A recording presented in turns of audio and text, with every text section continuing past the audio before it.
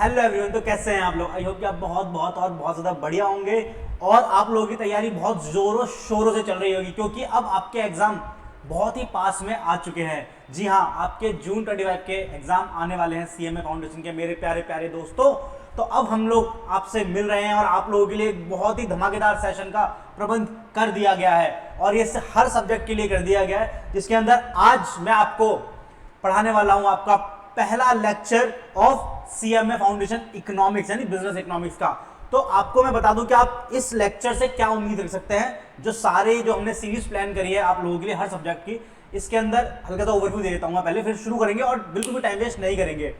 तो सिंपल सी बात है कि जून 25 में एग्जाम आपके आ चुके हैं, ऑलमोस्ट आने ही वाले हैं अब तो, और आप लोगों को चाहिए रिवीजन। बहुत से बच्चे ऐसे हैं जिन्होंने सही से कॉन्सेप्ट क्लियरिटी नहीं करी होगी अभी तक, इनकी नहीं हो पाई होगी मल्टीपल ऑफ द रीजंस की वजह से। तो कोई बात नहीं, कोई भी रीजन रहा हो, नहीं पढ़ पाए, अच्छे से नहीं पढ़ा या कहीं ऐसी जगह पढ़ लिया था जहां पर कॉन्सेप्ट क्लियरिटी पे आप पे फोकस नहीं किया गया, नहीं हो पाया, अब दिक्कत आ रही है और एग्जाम नजदीक है तो आप भटक रहे हैं या आपको डाउट आ रहा है खुद पर कि आपको एग्जाम देना भी चाहिए या नहीं देना चाहिए, तो इन सब परेशानियों का समाधान लेके हम आ चुके हैं आपके सामने। मैं सीए मोहित श्रीवास्तव आपको पूरा कॉम्प्रिहेंसिव रिवीजन करवाने वाला हूं और एग्जाम ओरिएंटेड मैनर में भी। तो जिन बच्चों ने ये रिवीजन सीरीज अच्छे से देख ली उन लोगों के लिए ये सब्जेक्ट और ये एग्जाम जून 25 का फाउंडेशन का आखिरी एग्जाम साबित हो सकता है, क्योंकि इसके बाद तो फिर इंटर एग्जाम देने का मौका मिलेगा ना। तो इस रिवीजन को अच्छे से देखना, सुनना ध्यान से, समझना, जहां बताऊं जहां आपको इंपॉर्टेंट खुद से भी लगे वो आप नोट करते चलना, क्योंकि पूरा स्टडी मैट हम कवर करने वाले हैं रिवीजन के साथ और फास्ट मैनर में, बिल्कुल एग्जाम ओरिएंटेड तरीके से। तो कुछ भी छूटेगा नहीं, कुछ भी बचेगा नहीं, सिर्फ अच्छे अच्छे नंबर आएंगे और इंटर में हम लोग जाने वाले हैं। तो कमर कस लो, तैयारी कर लो। ये है आपका आज का सेशन नंबर 1 और मैं शुरू कर रहा हूं आपके लिए इकोनॉमिक्स। ठीक है, तो बिल्कुल शुरू से शुरू करेंगे, ये मानते हो कि आपको नहीं आता या आपने अच्छे से नहीं पढ़ा, और जिन लोगों ने अच्छे से पढ़ भी रखा है उन लोगों के लिए बहुत अच्छी बात ये होगी कि वो अपने इस चीज को जितना वो खुद पढ़ के रिवाइज करेंगे ज्यादा टाइम लगेगा, वही चीज 1-2 घंटे में आपके मल्टीपल चीजें कवर हो जाएंगी जो आप खुद से 3-4 घंटे में करने वाले हैं। तो बस जो लोग सुन भी लेंगे ना अच्छे से मेरी बातें, उनके दिमाग में बैठ जाएगी और वो एग्जाम में सही टिक करके आएंगे अपना आंसर, क्योंकि सारे बेटा एमसीक्यू रहने वाला है ना। चलो, तो ये आपके टाइटल दिख रहा होगा आपके स्क्रीन पर।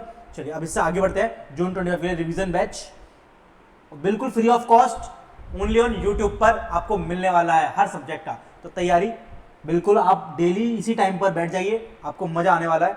ठीक है, आप स्पीड भी फास्ट करके देख सकते हैं, स्लो लगे तो, और फास्ट लगे तो थोड़ी स्लो करके देख लेना, बट मेरी स्पीड में लगता है आपको बाय डिफॉल्ट मैच कर जाएगी। ठीक है, थोड़ी फास्ट ले सकती है जो बच्चे थोड़े से आराम आराम से समझते हैं उनके लिए, कोई नहीं, आप उसको एडजस्ट कर लेना अपने फ़ोन में ही स्पीड को। तो चलो बिना किसी देरी के शुरू करते हैं। तो इकोनॉमिक्स हमें पढ़ना है, बिजनेस इकोनॉमिक्स, लेकिन बिजनेस इकोनॉमिक्स के अंदर दो बातें हैं, एक है बिजनेस और एक इकोनॉमिक्स। क्या क्या है दो बातें? एक है बिजनेस और एक है इकोनॉमिक्स। दोनों का मतलब जान लेते हैं। बिजनेस बोले तो कोई काम कर रहे हैं, कोई एक्टिविटी, किसी प्रकार की एक्टिविटी। ठीक है, एक्टिविटी दो प्रकार की होती है, पता ही है हमें बचपन से। एक होती है हमारी इकोनॉमिक एक्टिविटी और एक होती है नॉन इकोनॉमिक एक्टिविटी। एक होती है नॉन इकोनॉमिक एक्टिविटी। तो यहां पर हम लोग जो बिजनेस इकोनॉमिक्स में बात करेंगे वो किस टाइप ऑफ एक्टिविटी के बारे में बात करने वाले हैं? जी हाँ, बिल्कुल सही कहा आपने, इकोनॉमिक एक्टिविटी के बारे में बात करेंगे, नॉन इकोनॉमिक एक्टिविटी के बारे में बात नहीं करेंगे। सर दोनों में फर्क क्या होता है यही बता दो फटाफट से। इकोनॉमिक एक्टिविटी का मतलब होता है वो एक्टिविटीज, वो कार्यक्रम जिसके जरिए, यानी जो काम करके हम लोग क्या करेंगे, पैसों का लेन देन करेंगे, यानी जिसमें मनी इन्वॉल्व होगी, वो होती है इकोनॉमिक एक्टिविटी। और नॉन इकोनॉमिक एक्टिविटी हो गई हमारी जिसमें पैसों का लेन देन नहीं होता, सिर्फ एक तरीके से काम होता है, बिजी है किसी ना किसी तरीके से। जैसे आपकी बहुत सारी इच्छाएं होती हैं कि आप चांद पे जाना चाहते हैं, तो आप चांद पे जाके बैठ गए, या आपने एक क्रिया करी ना, एक एक्टिविटी करी, बट इसका हमारे परचेजिंग पावर पे क्या फर्क पड़ रहा है, या आपके परचेजिंग पावर पे क्या फर्क पड़ रहा है, इससे क्या ट्रांजैक्शन हुई इकोनॉमिक एक्टिविटी के दौरान? कुछ नहीं हुई। लेकिन भाई अगर आपने कोई सामान बेचा, कुछ आपने सामान खरीदा, आप अपने होटल में पैसे दिए किसी चीज के खाने के, तो वो सब क्या इकोनॉमिक एक्टिविटी का नहीं, पैसा इन्वॉल्व है, कुछ बिजनेस टाइप इसके अंदर आ गया। ठीक है, तो ये हो गया सिंपल सी बात। ध्यान रखना एमसीक्यू के लिए कि हम लोग यहाँ पे किस टाइप ऑफ एक्टिविटी की बात करते हैं, इकोनॉमिक एक्टिविटी के बारे में बात करते हैं। फिर उसके बारे में आगे चलें, आगे चल के हम बताते हैं आपको इकोनॉमिक्स का मीनिंग। ये है असली बात जहां से आपका चैप्टर शुरू हो जाएगा और आपका सिलेबस चालू हो जाएगा।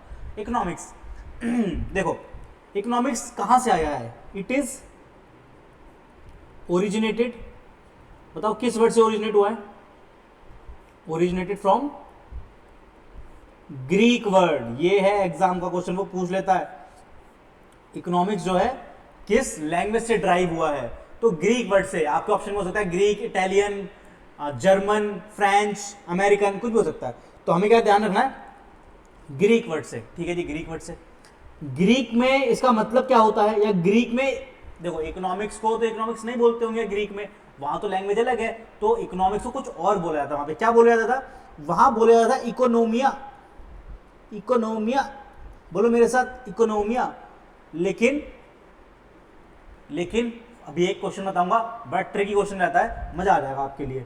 इकोनोमिया, ठीक है, हाँ सर। इकोनोमिया का मतलब क्या होता है, इकोनोमिया का मतलब क्या होता है, इसका मतलब होता है house hold management, house hold management, या फिर आप हाउस होल्ड भी कह सकते हैं।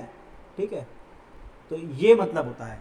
ठीक है, तो क्या बताया यहाँ पे, एमसीक्यू क्वेश्चन आ गया। तो शुरुआत से ही हम बिल्कुल टाइम वेस्ट नहीं करेंगे, सीधा एग्जाम ओरिएंटेड और पूरा पढ़ेंगे। तो देखो डिटेल में जा रहा है, क्वेश्चन भी मिलते आ रहे हैं एमसीक्यू के। तो इकोनॉमिक्स कहाँ से आया, ग्रीक वर्ड से आया है। ग्रीक में इसे क्या पुकारते थे, इकोनोमिया। वहां पे इसका मतलब क्या होता है, ग्रीक इकोनोमिया का हाउस होल्ड मैनेजमेंट। ठीक है, तो ये हो गई कुछ बातें इसकी जो कि बहुत जरूरी थी। मैं आपको एक एग्जाम का क्वेश्चन बता देता हूँ शुरुआत में। देखो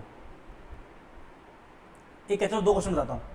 एक क्वेश्चन ये पूछा गया कि इकोनॉमिक्स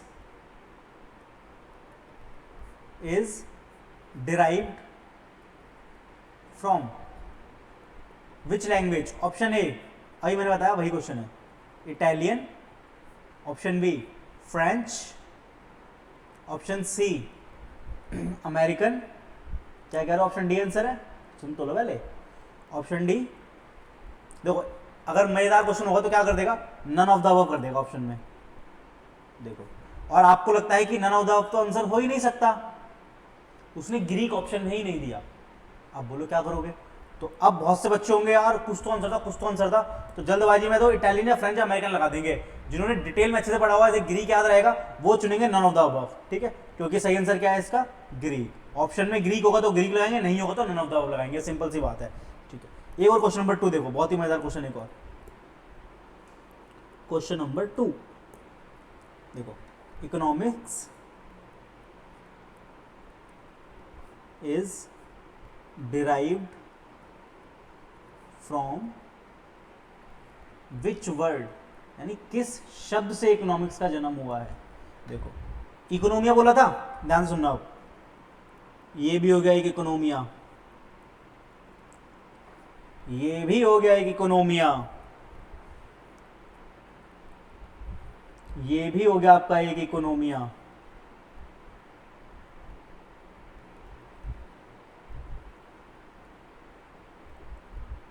और ये भी हो गया आपका एक इकोनोमिया।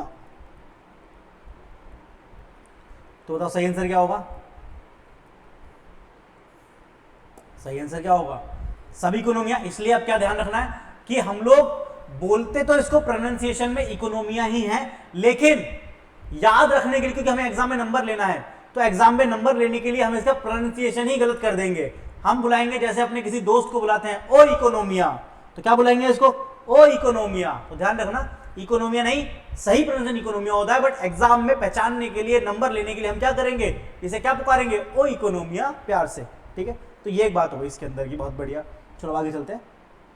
तो ये थे कुछ अभी तक जो पढ़ा उसके बेसिक क्वेश्चन जो कि एग्जाम में पूछे गए हैं, बहुत इंपॉर्टेंट है ये। ठीक है, चलो आगे चलते हैं। अब आगे बताते हैं आपको। तो क्या होता है, इकोनॉमिक्स ड्राइव है ग्रीक वर्ड से, मतलब क्या होता है, house hold management.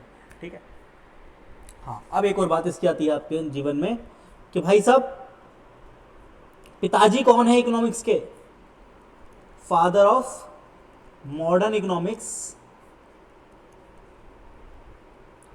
Father of modern economics कौन है, बताओ, किसी को याद है, कमेंट्स में बताओ फटाफट से, कमेंट में बताओ क्या आंसर होगा। मेरे लिखने से पहले कमेंट कर दो। हाँ जी, आ गया कमेंट आपका, बहुत बढ़िया।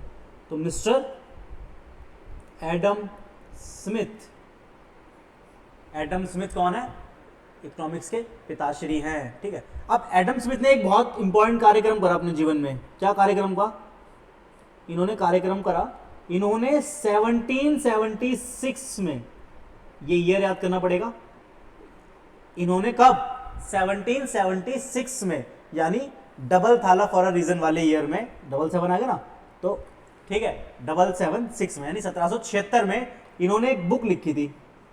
इन्होंने क्या करता है, एक बुक लिखी थी, ठीक है। बुक का नाम क्या था, the nature and causes of wealth of nation, ठीक है। ये बेसिक्स हैं, ये शायद आपको, मुझे नहीं लगता कि आपने ध्यान से अगर नहीं पढ़ा होगा तो आपको याद भी आ रहे होंगे, तो इसलिए पढ़ना बहुत ज़रूरी है। ये कुछ बातें जरूर होंगी आपको समझ आ रही होंगी, बट कुछ बातें शायद आपको नहीं लग सकती, इसलिए ध्यान से पढ़ो, ध्यान से सुनो, क्योंकि आपको सब लोग नहीं पढ़ाते हैं ये इतना। मैं आपको रिवीजन में इतना करवा दूँ, इतना आपने रेगुलर लेक्चर में भी नहीं पढ़ा होगा, ठीक है। बहुत सी जगहों पर रेगुलर लेक्चर में इतना नहीं पढ़ाया था, इतना मैं रिवीजन में आपको करवा दूंगा यहीं पर, ठीक है। तो आपको बने रहना है, आपके बहुत चमकते हुए नंबर आने वाले, टेंशन मत लो, ठीक है। तो the nature and cause of wealth of nation, तो ये किताब का नाम हमें याद रखना है, ठीक है। ये किसने लिखी थी, एडम स्मिथ ने। कब लिखी थी, 1776 में। आपको एक बात और बताता हूँ, सर इतना बड़ा नाम किताब का कैसे याद रहेगा। हाँ, मुझे पता था कि ये समस्या आपको आने वाली है, इसलिए मैं एडम स्मिथ से मिला और मैंने कहा जी सुनो एडम भाई, ये नाम हमारे प्यारे प्यारे छोटे छोटे बच्चे जो हैं वो याद नहीं कर पा रहे हैं, इसको एक काम करो, इसको ना नाम छोटा कर दो। तो इसका उन्होंने नाम छोटा करके क्या कर दिया, वेल्थ ऑफ अ नेशन। तो उन्होंने इसका नाम छोटा कर दिया, तो इस नाम का उन्होंने एक तरीके से बड़े नाम को समरी में वेल्थ ऑफ नेशन बोल दिया। तो सर हमें कौन सा नाम याद रखना है, बेटा याद तो हमें दोनों ही रखने चाहिए ना, क्योंकि बड़ा वाला पूछे छोटा वाला पूछे कोई सा ही पूछ सकता है, ठीक है। तो ये उनका मॉडर्न वर्क ऑफ आर्ट भी कहा गया, जो उन्हें पब्लिश करा था 1776 में, किन्होंने, एडम स्मिथ ने, ठीक है। ओके, अब आगे चलते हैं, ठीक है। और देखो इन्हीं की जो बुक का जो नाम है, बुक का नाम से ही, बुक के नाम से ही हमें समझ आ जाएगा कि एक क्वेश्चन आता है कि बताओ अलग अलग लोगों ने इकोनॉमिक्स की डेफिनेशन को बताया है, तो सबने ना एक इंपॉर्टेंट वर्ड पकड़ा अपने डेफिनेशन में। जैसे एडम स्मिथ का हो गया वेल्थ, वैसे ही अगर अभी अल्फ्रेड मार्शल पढ़ेंगे तो उन्होंने वेलफेयर पर फोकस करा। तो ये जो इंपॉर्टेंट वर्ड है ना, यही आएगा एग्जाम में। वो कहेगा, ये डेफिनेशन दे देगा, कहेगा बताओ ये डेफिनेशन किसने दी, या फिर ये नाम दे देगा, बताओ किसके संदर्भ में कही गई है, वेल्थ के संदर्भ में या वेलफेयर के संदर्भ में। तो वेलफेयर वाली अल्फ्रेड मार्शल की है और वेल्थ वाली एडम स्मिथ की। ऐसे दो डेफिनेशन और भी हैं, बताऊंगा आपको, बट ये एग्जाम्पल के लिए यहाँ मैंने आपको बता दिया, ठीक है। तो इतनी बात समझ आती है। हाँ, अब देखो आगे चलते हैं। तो अभी हमने देखा इकोनॉमिक्स का मतलब होता है हाउस होल्ड मैनेजमेंट। तो खुद सोचो, हाउस होल्ड को मैनेज करने की बात ही क्यों की गई, ऐसा क्या हुआ, ऐसा क्या हुआ होगा इस देश में कि हमें ये मैनेजमेंट करना पड़ रहा है। चलो एक एग्जांपल की तरह समझते हैं पर्सनल लेवल पे, फिर आगे चलेंगे इको के लेवल पे। पहले पर्सनल लेवल पे अगर मैं बात करूं आपसे, तो खुद सोचो, क्या करो, खुद सोचो दोस्त। मान लो ये आपका एक बहुत प्यारा फ्रेंड है, दोस्त है ये, इस दोस्त का नाम क्या है, मिस्टर एक्स। ये आपका एक फ्रेंड है, इसका नाम है मिस्टर एक्स, ठीक है। चलो कोई दिक्कत नहीं है। इसके पास, इसके घर वालों ने इसे कितने रुपए दिए, 2000 रुपये दे दिए। जब बेटा पॉकेट मनी तेरी 2000 है, ऐश कर, जी ले अपनी जिंदगी सिमरन की तरह, ठीक है भाई। एक्स भी तैयार हो गया, लेकिन एक्स के चल रहे हैं अभी एग्जाम, इसी बीच एक्स का बर्थडे भी आ जाता है। अब एक्स के दोस्त कहते हैं भाई बर्थडे पार्टी चाहिए, ठीक है। तो एक्स कहता है ठीक है एग्जाम के बाद देता हूँ, तो कोई बात नहीं। अब देखो हुआ क्या, हुआ क्या, एक्स इन 2000 रुपये से क्या क्या करना चाहता है, एक्स क्या क्या करना चाहता है, एक्स की क्या क्या वांट्स हैं, इसके इस इच्छाएं क्या क्या हैं। सोचो एक्स क्या क्या कर सकता है अपने जीवन में। एक्स अपने दोस्तों को पार्टी दे सकता है, ठीक है। एक्स को हो सकता है शॉपिंग भी करनी हो कुछ, एक्स को बाइक में पेट्रोल भी लगाना हो, मतलब डलवाना हो, ठीक है, पेट्रोल भी डलवाना हो, ठीक है जी। ये तो हो गई पार्टी दोस्तों वाली। अब एक्स ने वादा किया है किसी और से भी कि आफ्टर एग्जाम मिलेंगे, मैं आपको भी पार्टी दूंगा, तो ठीक है भाई। तो एक्स उसे कहां लेके जाएगा, एक बढ़िया से रेस्टोरेंट में लेके जाएगा। कहां लेके जाएगा, बढ़िया से रेस्टोरेंट में लेके जाएगा, ठीक है। वहां पे खाना पीना खाएगा भाई, तो पैसा तो लगेगा। अब रेस्टोरेंट में जाएगा किसी स्पेशल दोस्त के साथ, तो क्या होगा, खर्चा भी करना पड़ेगा, खर्चा इन द सेंस कि उसे चाहिए कि नए शूज़ लेकर के आऊँ, फिर हो सकता है कि वहाँ से मूवी का प्लान भी बन जाए, 2 टिकट मूवी की भी हो जाए, मूवी में पॉपकॉर्न भी चाहिए पड़ेगा। बात सही है कि नहीं? अब खाली हाथ तो जाएगा नहीं कि भाई गिफ्ट भी लेके जाएगा कुछ तो 50-60 रुपए का। तो ये सब मानो एक्स की इच्छाएं हैं, ये सब करना चाहता है। अच्छा, अब डील कैसे करेगा या टाइम कैसे डिसाइड करेगा, क्योंकि उसके लिए तो भाई मोबाइल का रिचार्ज भी करवाना पड़ेगा। ओ माय गॉड, एक्स को नेटफ्लिक्स का रिचार्ज भी करवाना है, हॉटस्टार का भी करवाना है, आईपीएल भी देखना है, तो ओटीटी प्लेटफॉर्म का रिचार्ज भी करवाना है। तो ये कुछ एक्स की ज़रूरतें हैं जो एक्स करना चाहता है अपने जीवन में आफ्टर एग्जाम। तो हिसाब लगाते हैं किस चीज़ में कितना खर्चा हो सकता है। ध्यान से ना, बहुत इंपॉर्टेंट कॉन्सेप्ट की तरफ लेके जाऊंगा मैं यहाँ से। ठीक है, दोस्तों को पार्टी, कितना खर्चा, मान लो 500 रुपये, दो ही दोस्त हैं, ज़्यादा नहीं है। शॉपिंग में क्या जाना है उसको स्पेशल दोस्त के साथ रेस्टोरेंट में, तो अगर एक नई टी शर्ट भी खरीदता है 400 रुपये की तो कोई दिक्कत नहीं। बाइक में अगर पेट्रोल भी डलवा लिया 100 रुपये का, चलो। मोबाइल का रिचार्ज भी करवा लिया अगर कितने रुपये का, 300 वाला, 299 वाला, राउंड ऑफ में 300 कर दिया। रेस्टोरेंट में जाएगा स्पेशल दोस्त तो अच्छी जगह ही जाएगा, खर्चा तो वहाँ हो ही जाएगा 1000 रुपये का कम से कम। ओके, जूते लेना चाहता है ये बेचारा, कम से कम 1500 के जूते मान लो, या चलो सस्ते वाले कर लेते थोड़े से, 700 रुपये के जूते रख लो। मूवी 2 लोगों की टिकट कितनी होती है, 300 के हिसाब से रखो तो 400, और सॉरी 600 हो जाएगा, राउंड ऑफ में 500 कर लेते हैं फिलहाल के लिए, 250 वाली टिकट ढूंढ ली इसने। पॉपकॉर्न खरीदेगा, लो 400 रुपये इसके रख लो। गिफ्ट कुछ लेकर के जाएगा 100 रुपये का। ओटीटी का रिचार्ज करवाना पड़ेगा भाई को 200 रुपये का।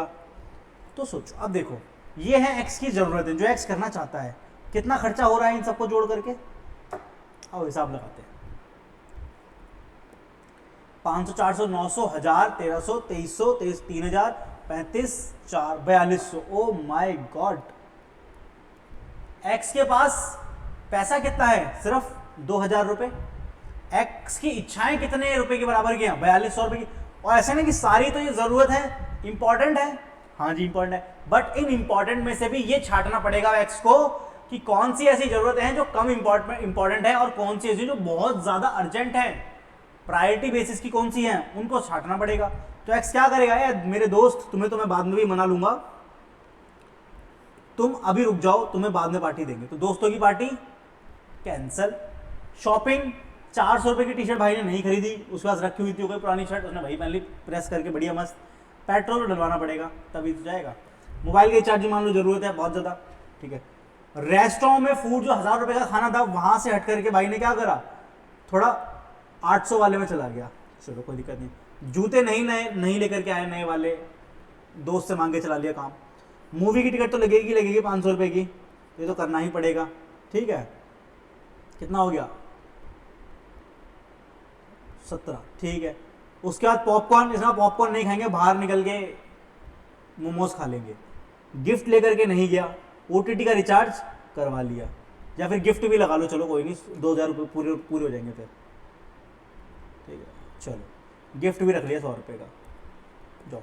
अब लगाना हिसाब कितना होता है, यहाँ से क्या 100 रुपये बचे हमारे पास, 300 ये, तो 8 4 12, 1200, 12 5 17 और ये 300, 2000 हो गए। तो देखो, तो एक्स ने क्या करा, एक्स ने मैनेजमेंट ही तो करा कहीं ना कहीं।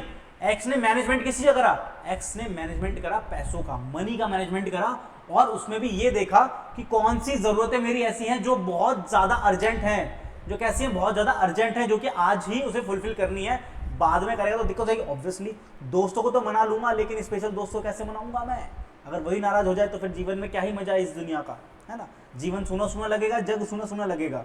तो ये चीज है, इसके लिए क्या करा एक्स ने, डिसाइड कर लिया कि कौन सी अर्जेंट वांट्स हैं। अब देखो यहाँ पे ये सब क्या था, ये तो सिर्फ कुछ चुनिंदा वांट थी एक्स की जो जरूरत ही नहीं, लेकिन क्या ऐसी अनलिमिटेड वांट हो सकती हैं एक्स की, हाँ हो सकती हैं, बहुत सारी अनलिमिटेड वांट हो सकती है ना भाई। लेकिन उनको पूरा करने के लिए जो मनी है, money is equal to resource, ये तो सीमित है ना भाई, ये तो क्या है, ये तो लिमिटेड है, ये तो क्या है, लिमिटेड है। लिमिटेड बोले या स्कैर्स बोले, इसको लिमिटेड बोले या स्कैर्स बोले, स्कैरसिटी में है। तो इससे एक बात निकल के आती है, हमारे इकोनॉमिक्स के क्या है, 2 फंडामेंटल फैक्ट्स हैं, क्या है, द 2 फंडामेंटल्स, याद रखना भाई। 2 fundamental facts of economics, 2 fundamental facts of economics क्या क्या हैं, अब लिख के दिखाता हूँ अच्छे से। पहला, ह्यूमन wants आर अनलिमिटेड, दूसरी want resources are relatively scarce. ठीक है, कैसे है, रिलेटिवली कम हैं ह्यूमन वांट्स, ये ह्यूमन है।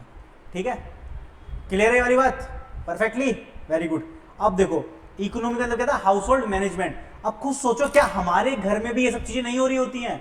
हमारे घर में भी मैनेजमेंट नहीं होता कि भाई आओ हो इस महीने इतना खर्चा हो गया, ये हमने यहाँ पे फालतू खर्चा कर दिया, अगले महीने हम ये करेंगे, अभी ये जरूरत है पहले ये कर देते हैं, ये चीज बाद में करेंगे। होता है ना कि आप घर में कोई चीज डिमांड रखते हो कि चलो मम्मी ये चीज लेकर के आ जाते हैं, घर वाले क्या बोलते हैं, बेटा अभी इसकी जरूरत नहीं है, इसकी जरूरत बाद में आएगी तब ले लेंगे।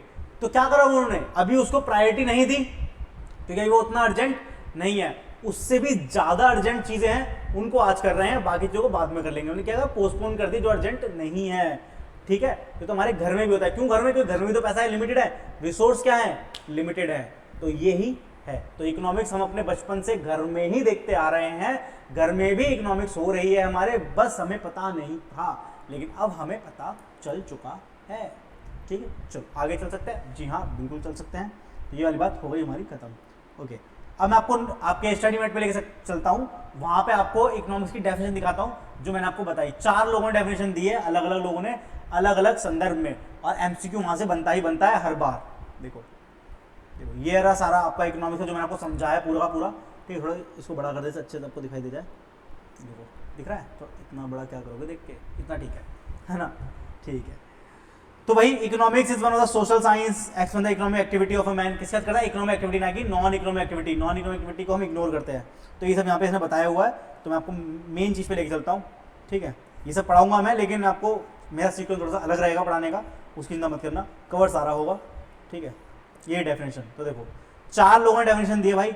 वेल्थ डेफिनेशन किसने दी है, वेल्थ की डेफिनेशन जिसने बुक लिखी थी वेल्थ के बारे में, कौन था वो, मिस्टर एडम स्मिथ। वेलफेयर की डेफिनेशन किसने दी है, एल्फ्रेड मार्शल ने। उसी प्रकार से स्कैरसिटी की जो डेफिनेशन वो किसने दी है, वो दी है लियोनेल रॉबिन्स ने। और ग्रोथ की डेफिनेशन दी है पॉल सैमुअल्सन ने। ये कहाँ लिखा है सर, ये कहाँ लिखा है, कहाँ लिखा है, देखो दिखाता हूँ। पहले वेल्थ की डेफिनेशन पढ़ लो। देखो जो हमने डिस्कस करा है वही सब यहाँ पे लिखा हुआ है। मजेदार बात तो यही है दोस्त। देखो almost all the classical economics followed wealth definition. जितने भी लोग थे मोस्टली सबने वेल्थ की डेफिनेशन पर ही फोकस करा। तो मोस्टली असुविधा जेबी से एंड एडम स्मिथ। कौन आ गया, आ गया ना अपना दोस्त Adam Smith. Adam Smith is called the father of economics. भाई की बुक का नाम क्या था, inquiry into the nature and cause of wealth of nation. ठीक है, क्या था, inquiry into the nature and cause of wealth of nation. बताया मैंने, बड़ा वाला नाम बताया था और छोटा वाला नाम बताया था। इसको शॉर्ट में क्या कर दिया गया, आगे चल के वेल्थ ऑफ नेशन कर दिया गया।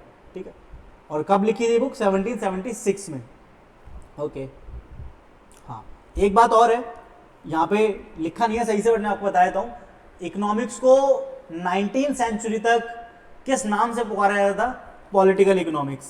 किस नाम से, ये रहा पॉलिटिकल इकोनॉमिक्स के नाम से, ध्यान रखना। ठीक है, ये लिखा, ये रहा पॉलिटिकल इकोनॉमिक्स। ठीक है, इसको हटाओ। ओके चलो आगे चलते हैं। फिर जेबी से ने क्या, economics study of science of wealth. Exam में क्वेश्चन कैसा आएगा कि वेल्थ की डेफिनेशन किसने दी है, जेबी से, एडम स्मिथ या अल्फ्रेड मार्शल, या option D A and B both. तो जेबी से और एडम स्मिथ दोनों ने ही वेल्थ के बारे में बोला हुआ है। ठीक है, एडम स्मिथ ने क्या बोला, science which deal with the wealth. तो दोनों की मतलब बात का मतलब सेम ही है। ठीक है, तो इसमें क्या बताया गया कि कैसे वेल्थ प्रोड्यूस होती है, कैसे कंज्यूम की जाती है, कैसे एक्सचेंज की जाती है, कैसे डिस्ट्रीब्यूट की जाती है। तो बुक का नाम ही वेल्थ था। तो यानी वेल्थ को हम कैसे एक्सचेंज करेंगे, कैसे प्रोड्यूस बनाएंगे, कैसे उसे हैंडल कैसे करेंगे, रखेंगे कैसे, संभालेंगे कैसे, चेंज कैसे करेंगे। ठीक है, ये सब, और डिस्ट्रीब्यूट कैसे करेंगे, ये सब डेफिनेशन के अंदर बताया गया था। तो according to Adam Smith, man is an economic man. ठीक है, क्या बोला गया, मैन इज इकोनॉमिक मैन, कि इकोनॉमिक जो एक्टिविटी करता है उसे बोला गया यहाँ पे। इकोनॉमिक्स है science of study of wealth only. ठीक है, हटा दो इसको, रिपीटिशन है। तो जो इसकी डेफिनेशन है वो किससे डील करती है, क्रिएशन ऑफ वेल्थ से फोकस करती है। ये सिर्फ वेल्थ की बात को कंसिडर करता है। तो भाई का क्रिटिसिज्म भी वो बहुत बुरी तरीके से कि भाई क्या तुम वेल्थ वेल्थ वेल्थ की बातें करे जा रहे हो, ठीक है। अच्छा एक क्वेश्चन पूछता हूँ, जो समझ रहे तो अच्छे समझते हैं। मनी एंड वेल्थ क्या सेम होती है? वेल्थ का मतलब क्या होता है? पैसा। मनी का तभी पता पैसा, तो money is equal to wealth, सही बात है? जी हाँ, बिल्कुल गलत बात है। Money is not equal to wealth. Sir कैसी बात कर रहे हो, 2 मिनट रुक जाओ, समझ आ जाएगा। Money is not equal to wealth, बल्कि money is a part of wealth. Okay, मतलब वेल्थ के अंदर तो बहुत सी चीजें आती है ना भाई। वेल्थ के अंदर आपकी मनी तो आ ही जाएगी, वो कैश है, बैंक में रखा पैसा, घर में रखा पैसा, वो तो आ ही जाएगा। प्लस इसके अलावा हमारी प्रॉपर्टी वो भी आ जाएगी, प्लस आपके पास जो गोल्ड पड़ा हुआ है वो भी आ जाएगा, कोई ज्वेलरी, डायमंड्स, हीरो का हार, वो सब इसके अंदर आ जाएगा। गोल्ड एंड ज्वेलरीज अलग, डायमंड्स वगैरह की सब आ जाएगी इसके अंदर। आपके शेयर्स में इन्वेस्टमेंट, आपकी बढ़िया बढ़िया कारें जो हैं, ठीक है, ये सब भी क्या होता है? वेल्थ का ही पार्ट होता है, ठीक है, टेंशन मत लो। और इसके अलावा और क्या बचा? कोई इन्वेस्टमेंट आपने कर रखी है, ये सब वेल्थ का ही तो पार्ट है। और मनी मतलब सिर्फ पैसा, पैसा तो होता ही ना भाई वेल्थ के अंदर, तो आ जाएगा, ठीक है। तो money is not equal to wealth, बल्कि money is a part of wealth. In short इसके अंदर ऐसे बोल सकते हैं कि अगर ये एक छोटा सर्कल है तो ये छोटा सर्कल मनी है, वहीं अगर ये बड़ा सर्कल बनाओगे तो ये वेल्थ हो जाएगा। मतलब मनी क्या है? वेल्थ का ही हिस्सा है, ठीक है। समझ आई वाली बात? Very very good. अच्छा अब समझ आएगा तुम्हें और अच्छे से। तो देखो, तो इसलिए बोला गया कि भाई ए मेरे एडम स्मिथ, क्या तुम वेल्थ वेल्थ की बातें करते हो? क्या दुनिया में और कुछ नहीं है क्या? और किसी चीज इकोनॉमी और किसी डील नहीं करती क्या? करती है ना, देखो। तो बोला गया भाई इसको जो बैकलैश मिला वो क्यों मिला? Wealth is of no use unless satisfy human want. वेल्थ का कोई काम नहीं है अनलेस, जब तक कि ये ह्यूमन वांट को सेटिस्फाई ना कर पाए। आपके पास अंधा पैसा है लेकिन क्या आप पैसा खा सकते हो? नहीं। आपके पास अंधा पैसा है लेकिन क्या आप सो सकते हो चैन की नींद? नहीं, क्योंकि आपको सोने के लिए नींद की जरूरत है, लेकिन सोने के लिए आपको ये बड़े बड़े चीज़ों की जरूरत नहीं है। हाँ, आपको आराम मिलेगा, सेटिस्फेक्शन मिलेगा, तो वेल्थ है। अदरवाइज वो आपको पेट नहीं भर सकती ना मनी आपका या वेल्थ आपकी। आप अपनी कार को खा सकते हैं क्या? अरे भाई भूख लग रही है, कार खा लेता हूँ बैठ करके, ऐसा थोड़ी होता है, ठीक है। तो नहीं होगा ना, तो ये चीज़ है। तो वेल्थ बोला गया कि जब तक किसी काम की नहीं, जब तक वो आपके मन को सेटिस्फाई ना कर पाए, ठीक है, वांट को सेटिस्फाई ना कर पाए, ठीक है, ओके। तो ये जो डेफिनेशन थी ये वेलफेयर के बारे में बात नहीं करती है। इसीलिए एल्फ्रेड मार्शल ने कहा कि देखो मैं हूं ना, किसका है ये तुमको इंतजार, मैं हूं ना। एल्फ्रेड मार्शल ने आकर के ऐसा कुछ कहा और कहा ए एडम स्मिथ, तुम क्या बात करते हो सिर्फ वेल्थ वेल्थ की? समाज का कल्याण नाम की तो कोई चीज़ होती है, समाज का कल्याण भी तो जरूरी है दोस्त। तो कल्याण की बात करेंगे हम, यानी एल्फ्रेड मार्शल। तो देखो ये डेफिनेशन किसने दी? Alfred Marshall. ध्यान रखना भाई, बहुत इंपॉर्टेंट है, कौन सा डेफिनेशन किसने दी है? Alfred Marshall. मैं चार्ट बनवा दूंगा, टेंशन मत लो, ठीक है। He was a follower of Adam Smith, हालांकि फॉलोअर था एडम स्मिथ का। He wrote a famous book. Alfred Marshall की बुक का नाम क्या है? प्रिंसिपल ऑफ इकोनॉमिक्स या फिर प्रिंसिपल ऑफ पॉलिटिकल इकोनॉमिक्स, जो कि कब लिखे? 1870 में, बहुत बाद आई है तो भाई एडम स्मिथ के, ठीक है। तो economics is the study of Mankind in ordinary business of life. तो ये किसकी बात करते हैं? इकोनॉमिक्स जो है वो क्या है? एक मैनकाइंड है, यानी एक वेलफेयर का कार्यक्रम है जो आपके लाइफ में होना चाहिए। It examine the part of individual and social action which is most closely connect with the attainment and with the use of material requisite of wellbeing, यानी वेलबींग की बात करता है, सोशल कल्याण की, समाज के भले की, ठीक है। तो मिस्टर मार्शल के द्वारा economics is one side study of wealth and on the other and more important side the part of study of man और welfare of the man। यानी ये कहता है कि ठीक है वेल्थ की बात तो कर लो, कोई बात नहीं, बट सबसे ज़्यादा इंपॉर्टेंट जो है वो किसकी क्या ज़रूरी है? यहाँ पे वेलफेयर ज़रूरी है, इंसान का भला होना ज़रूरी है, उसका कल्याण होना ज़रूरी है। तो यहाँ पर ये बात की गई है। मेन पॉइंट क्या रहे एल्फ्रेड मार्शल की डेफिनेशन के? ये क्या है? ये सोशल साइंस, ठीक है। Goods are classified into 2 part, material goods और इमटेरियल गुड्स। इकोनॉमिक्स एक क्या है? नॉर्मल साइंस है।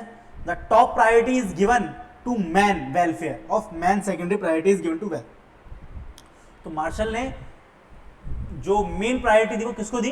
वेलफेयर को, ठीक है, और वेल्थ को सेकेंडरी। तो ध्यान रखना किसने सेकेंडरी प्रायोरिटी वेल्थ को दी है और किसने फर्स्ट प्रायोरिटी वेल्थ को दी है, तो ये एक बात है, ठीक है।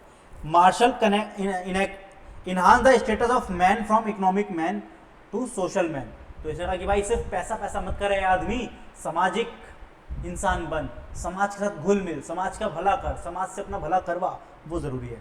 ठीक है, भाई को भी फिर क्या करना पड़ा, क्रिटिसिज्म का सामना करना पड़ा, वो तो है ही, करना ही पड़ेगा। ठीक है, तो फिर आ गए रॉबिन साहब। रॉबिन्स ने कहा ये आपकी डेफिनेशन जी इनकम्प्लीट है, कैसी बात करते हो आप वेलफेयर की बात कर रहे हो लेकिन आपकी डेफिनेशन तो अधूरी है। ठीक है, ये कैसे हो सकता है, economics must be neutral between ends, economics कैसी होनी चाहिए, न्यूट्रल होनी चाहिए, किसके बीच में, एंड्स, एंड्स का मतलब क्या है, रिसोर्स। ठीक है, ठीक है, वांट्स, उन सब मीन्स एंड एंड्स के बारे में बात करता है, यानी आपकी किसके बारे में बात करता है, वांट और रिसोर्स के बारे में। अभी बताएगा आगे कि कैसे। Marshall neglected some material goods which do not promote human welfare. तो भाई ये कहता है मार्शल तुमसे गलती हो गई है, आपने कुछ गुड्स को इग्नोर कर दिया है जो कि ह्यूमन वांट्स को सेट वेलफेयर में सपोर्ट नहीं करते हैं। But these goods are also produced, exchange and consume, so they also come under the subject matter of economics, तो इन्हें भी इकोनॉमिक्स में आ जाना चाहिए। तो जैसे कि सिगरेट एंड एल्कोहलिक प्रोडक्ट। ठीक है, चलो अब बात करते हैं रॉबिन्स की डेफिनेशन। रॉबिन्स का पूरा नाम क्या है, लायनल रॉबिन्स। देखो तीसरा नाम याद रखना बहुत जरूरी है क्योंकि ये कैसे बना है, लियोनल रॉबिन्स। हाँ, लियोनल मेसी नहीं, लियोनल रॉबिन्स। तो मानो कि दो अधूरे नाम एक हो गए हों, जैसे लियोनल मेसी या लायनल मेसी तुम बोलते हो जो भी, और दूसरा रॉबिन उत्थप्पा। हाँ ठीक है, तो लियोनल मेसी और रॉबिन उत्थप्पा को मिला दो तो क्या बन जाता है, लियोनल रॉबिन्स बन जाता है, जिसने स्कैरसिटी के संदर्भ में डेफिनेशन दी इकोनॉमिक्स की। देखो the definition given by Lionel Robins, उन्होंने भी अपनी बुक लिखी भाई, एन ऐसे लिखा है इन्होंने, तो पूरा ऐसे ही लिख दिया on the nature and significance of economic science. कब, 1932 में। भाई की डेफिनेशन क्या कहती है, ये बात करती है बिहेवियर पर ह्यूमन के, किसके, between ends and scarce means which have a alternative use. ये बात करते हैं, देखो हम वही वांट और रिसोर्स जो भी ऊपर था ना कि 2000 रुपए वाला एग्जांपल दिया था कि हमारे पास 2000 रुपए तो लिमिटेड ही है, लेकिन उनसे हम बहुत सारी इच्छाएं फुलफिल कर सकते हैं, बट हमारी सारी इच्छाएं पूरी नहीं हो पाएंगी क्योंकि हमारे पास रिसोर्स की कमी पड़ रही है, यानी पैसों की कमी पड़ रही है। सोचो अगर अंधा पैसा होता तो क्या होता, तो कुछ भी खाते, कुछ भी खरीदते, कुछ भी पहनते, कभी भी लेते, कभी भी तोड़ते, क्योंकि पैसों की तो कमी नहीं है। तो दिक्कत आ ही क्यों रही है, क्योंकि हमारे पास क्या है, रिसोर्स की कमी है, यानी स्कैरसिटी है। मेन ऑब्जेक्टिव क्या है, मेन पॉइंट क्या है, वांट लोग क्या होती है, अनलिमिटेड, लिमिटेड रिसोर्स है, alternative use of limited resource and problem of choice. तो प्रॉब्लम ऑफ चॉइस समस्या आ जाती है। खुद सोचो अभी हमारा प्रॉब्लम ऑफ चॉइस आ रही थी हमारे इस वाले एग्जांपल में या नहीं आ रही थी, कहाँ गया मिस्टर एक्स वाला एग्जांपल जो लिया था, देखो क्योंकि कितना सारा काम करना था हमें, लेकिन हमारे पास 2000 रुपए ही थे। तो ये कहता है कि 2000 रुपए से आप मल्टीपल चीजें कर सकते हैं, अल्टरनेटिव ऑप्शंस अवेलेबल हैं कि आप 2000 से क्या कर सकते हो। अगर मैं अपनी स्पेशल दोस्त को पार्टी नहीं देता तो क्या अपने जो बढ़िया वाले दोस्त हैं उनको पार्टी देता, हाँ देता। तो चॉइस करना पड़ा ना, मुझे चुनना पड़ा, मुझे मेरे दोस्त में और मुझे मेरे स्पेशल दोस्त में चुनना पड़ा, तो ये दिक्कत हो गई। ठीक है, तो चॉइस की समस्या आती है जब हमारे पास क्या होता है, रिसोर्स कम होते हैं और उनके मल्टीपल यूज होते हैं, तो दिक्कत बस ये है। ठीक है, आ जाओ वापस, तो ये लिखा है। तो डेफिनेशन इन एनालिटिकल साइंस, फायदे क्या है, एनालिटिकल साइंस के बारे में बात करता है ये। एग्जाम में क्वेश्चन कैसा आता है, देखो जो पॉइंट लिखे हैं इसी पर आ जाता है कि ये जो बातें लिखी हैं ये किस ने कही, जैसे wants are unlimited, resource are limited, alternative use available है, तो ये सारे पॉइंट किसके डेफिनेशन में कवर हो रहे हैं, ये सारे पॉइंट कवर हो रहे हैं हमारे लियोनल रॉबिन्स की डेफिनेशन में। तो ये बात ध्यान रखनी जरूरी है। ये पहला चैप्टर है, बहुत अच्छा है, बहुत इंपॉर्टेंट है और काफी एमसीक्यू बन सकते हैं पहले चैप्टर से। अगर टीचर चाहे तो 50 नंबर का तो सीधा चैप्टर 1 से बना सकते हैं, बट बनाएगा नहीं, टेंशन मत लो। ठीक है, बहुत सिंपल है और तुम्हारे ही तो मजे आएंगे अगर इससे बना दिया तो। ठीक है, लेकिन जैसे बाकी दोनों को इसने क्रिटिसाइज करा, इसने एल्फ्रेड मार्शल को क्रिटिसाइज करा, उसी प्रकार से रॉबिन्स को क्रिटिसाइज करने के लिए किसका जन्म हो चुका था अब तक, पॉल सैमुअल्सन का। तो उसने इसको क्रिटिसाइज करा कि क्या क्या करके कि तुम क्या स्कैरसिटी की बात करते रहते हो, क्या ग्रोथ नाम की चीज के बारे में सुना है तुमने, ग्रोथ की बात कौन करेगा, हाँ ग्रोथ तो किसने कहीं नहीं करी। तो ग्रोथ एंड डायनेमिक्स की बात कौन करेगा, हमारा पॉल सैमुअल्सन। इसलिए क्या हो गया, इसने इसको क्रिटिसाइज कर दिया, जाओ it is not universal science, सीधा मना कर दिया जी, यूनिवर्सल साइंस है ही नहीं, ये not applicable to developed countries. इसने कहा कि यार ये डेवलप्ड कंट्री में थोड़ी अप्लाई होगा, वहां तो रिसोर्स बहुत सारे होते हैं, है ना, जिनके पास जो अमीर देश है उनके पास तो पैसों की कमी है क्या, नहीं है, तो कुछ भी खरीद सकते हैं, क्या दिक्कत है। आप गरीब हो, आप अपना सोचो, आप दूसरों पे क्यों थोप रहे हो ये चीजें। ठीक है, तो नॉट एप्लीकेबल टू कम्युनिस्ट और डिक्टेटरशिप कंट्री, यानी कि ये सब चीजें प्रॉब्लम चॉइस की समस्या आती ही नहीं है कहां पर, जो कम्युनिस्ट और डिक्टेटरशिप वाली कंट्रीज होती हैं, यानी जहां तानाशाही होती है वहां पे चॉइस है कुछ, वहां तो भाई जो तानाशाह ने कह दिया वही करना पड़ेगा, हमारी मर्जी नहीं चलती, आम पब्लिक की मर्जी थोड़ी चलती यहाँ कोरिया में, ठीक है। वहां तो जी किम जोंग ने जो कह दिया वही तो वही, आप अपनी पसंद का हेयर कट नहीं करवा सकते, और तो छोड़िए किम जोंग ने कह दिया भाई सबके बाल ऐसे ही होने चाहिए, सारे कटोरा कटिंग करवाएंगे, तो लो चॉइस है क्या वहाँ पे दूसरी, नहीं है, सबको लोग कटोरा कटिंग करवानी पड़ेगी, तो ये चीज़ है।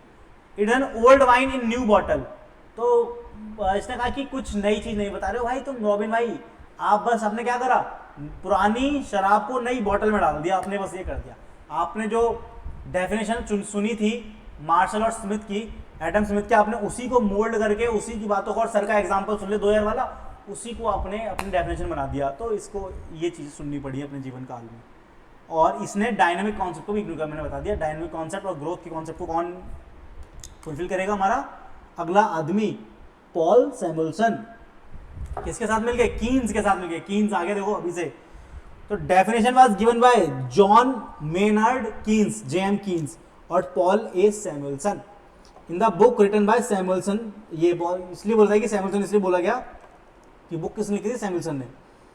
क्या नाम था बुक का, economics and introductory analysis, simple छोटा सा नाम प्यारा सा नाम, 1948 में हमारे देश की आज़ादी के 1 साल बाद। In this book given the definition of economics, तो भाई ने इकोनॉमिक्स की डेफिनेशन को इसमें बताया है, ठीक है। चलो एक सेकंड रुको जरा मैं चेक कर लूँ, हाँ ठीक है सही चल रहा है। तो डेफिनेशन में क्या लिखा था, economics is the study of how man and society choose with और without use of money to employ the scarce productive resource that would have alternative use to produce various commodity over the time of distributing them for consumption now.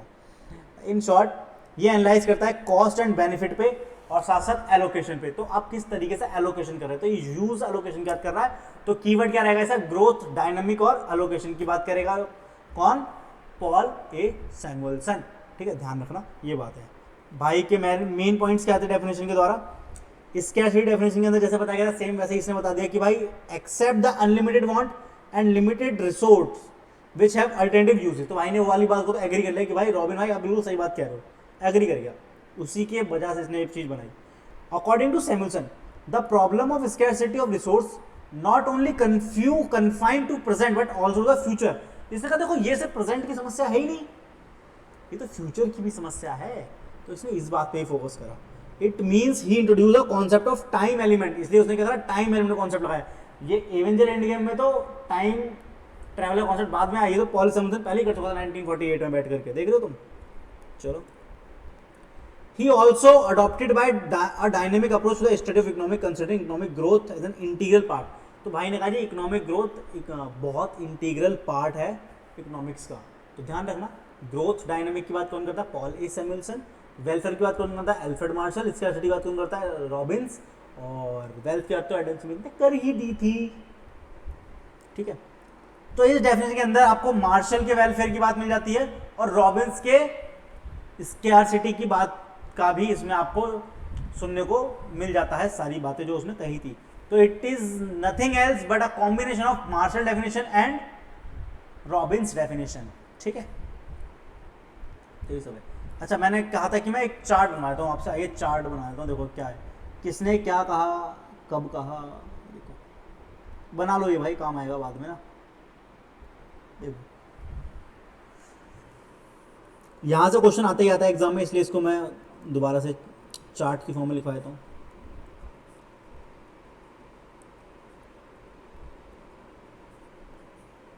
Given by, किसने दिया definition, 4 लोगों ने दी थी। Wealth की definition किसने दी, अच्छा भाई नाम लिख लेते हैं चलो, या ऐसे कर लो, in respect of wealth, in respect of welfare, in respect of कौन था, स्कैर्सिटी, और in respect of growth and dynamic.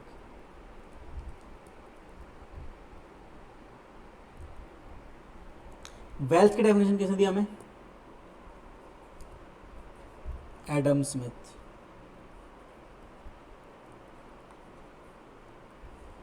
Welfare की डेफिनेशन किसने दी हमें? बताओ बताओ बताओ बताओ बताओ बताओ बताओ, mister Alfred martial.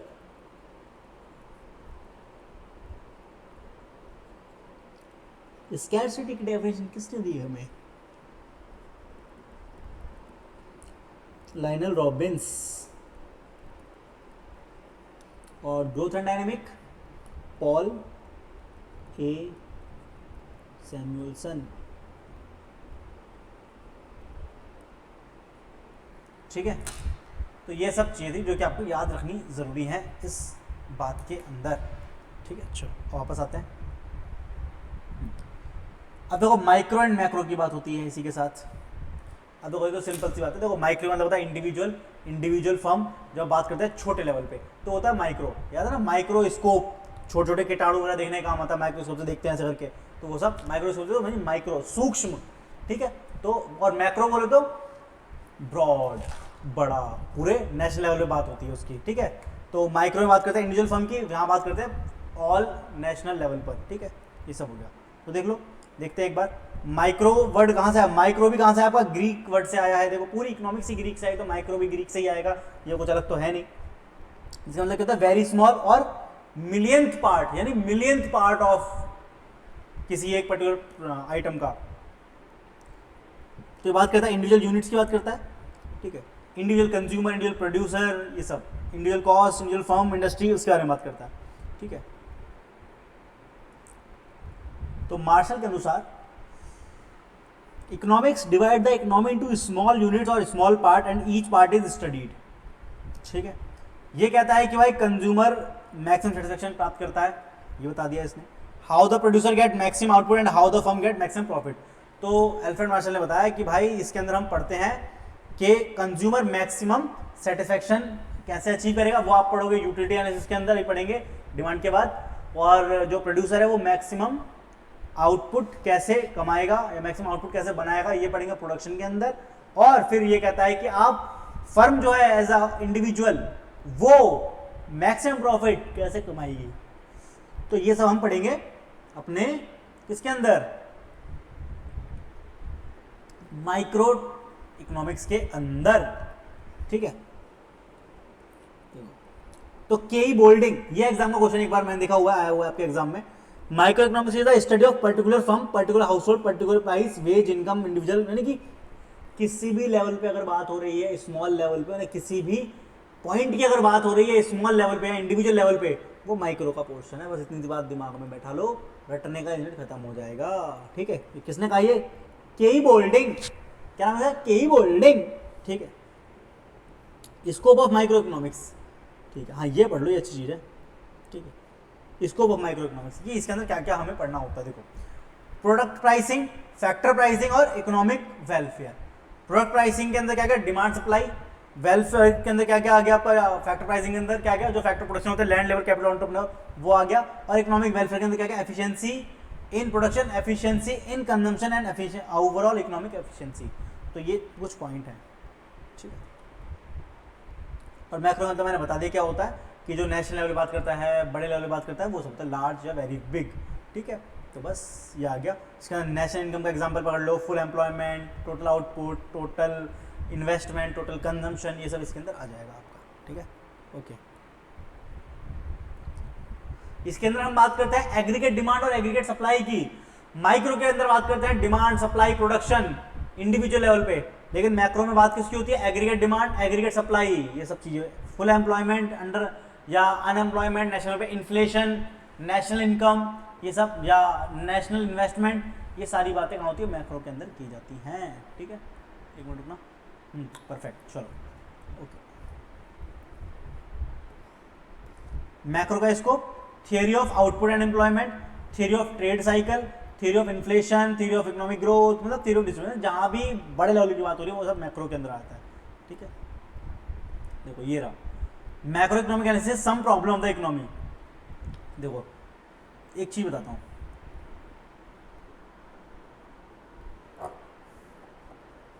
Scope of micro economics, इसके अंदर हमें 6 नाम तो एटलीस्ट याद करने ही पड़ेंगे। क्या क्या नाम याद करने पड़ेंगे?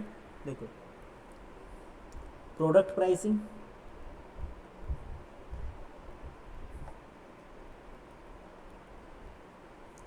Consumer behaviour,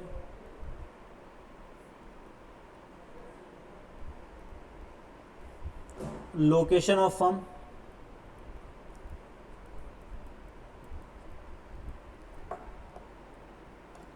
factor pricing.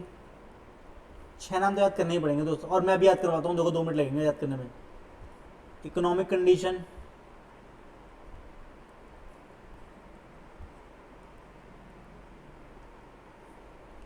और बिहेवियर ऑफ फर्म।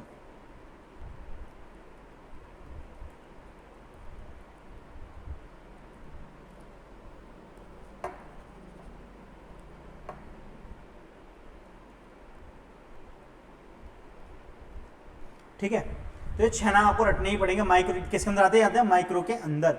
अब ये कैसे रटे जाएंगे सर, तो भूल जाएंगे हम लोग, तो तुम भूलो नहीं, इसलिए तो मैं आपके लिए कुछ लेकर के आया हूँ। इसका हमने एक शॉर्ट फॉर्म बना रखी है, हम क्या बोलते हैं, प्रियंका चोपड़ा की लोकेशन कैसी है, फैबुलस है। बस, तो जिसको प्रियंका चोपड़ा याद रह जाएगी उसको याद रह जाएगी, बस बस। तो प्रियंका चोपड़ा को हम प्यार से क्या बोलते हैं अपने घर में, पीसी।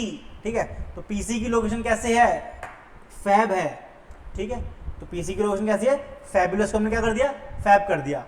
तो बस अब देखो जरा क्या बना यहाँ पे, P for product pricing, C for consumer behaviour, location is for location of firm. ठीक है, एंड उसके बाद F for factor pricing, E for economic condition, B for behaviour of firm. तो बस हो गया ना, पीसी की लोकेशन फैब है। ठीक है, तो ये हो गया। उसी प्रकार से मैक्रो का भी स्कोप होता है। मैक्रो का स्कोप याद कैसे होगा सर, उसकी भी कोई ऐसी निमोनिक बना दो बढ़िया सी, उसका निमोनिक नहीं है, उसके क्वेश्चन में ही आंसर होता है।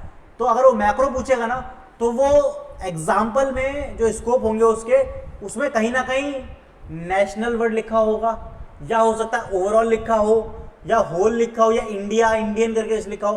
मतलब जब बात होगी एज अ होल, एग्रीगेट, ठीक है, वो सब कहाँ कवर हो जाएगा, मैक्रो में कवर हो जाएगा। तो ये वाली बात है। और अब देख सकते हो आप बड़े आराम से, तो देखो देखो level of output and employment. अब एम्प्लॉयमेंट तो देश की बात करती है भाई, कि देश में कितनी रोजगारी है या बेरोजगारी है, वो सब।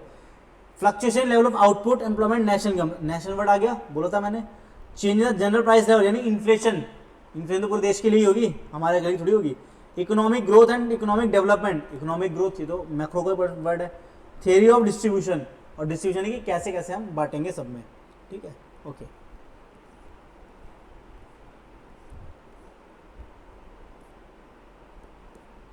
चलो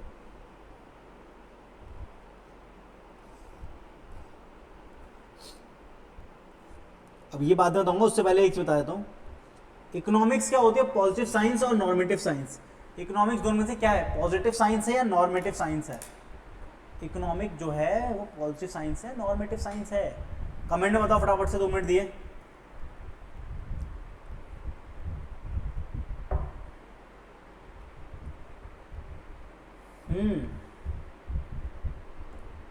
इकोनॉमिक्स जो है पॉजिटिव साइंस है, नॉर्मेटिव साइंस है। Economics is more a normative rather than positive.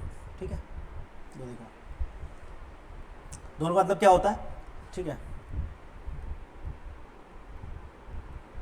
Positive और नॉर्मेटिव का मतलब क्या होता है, देखो लिखवाता हूं मैं।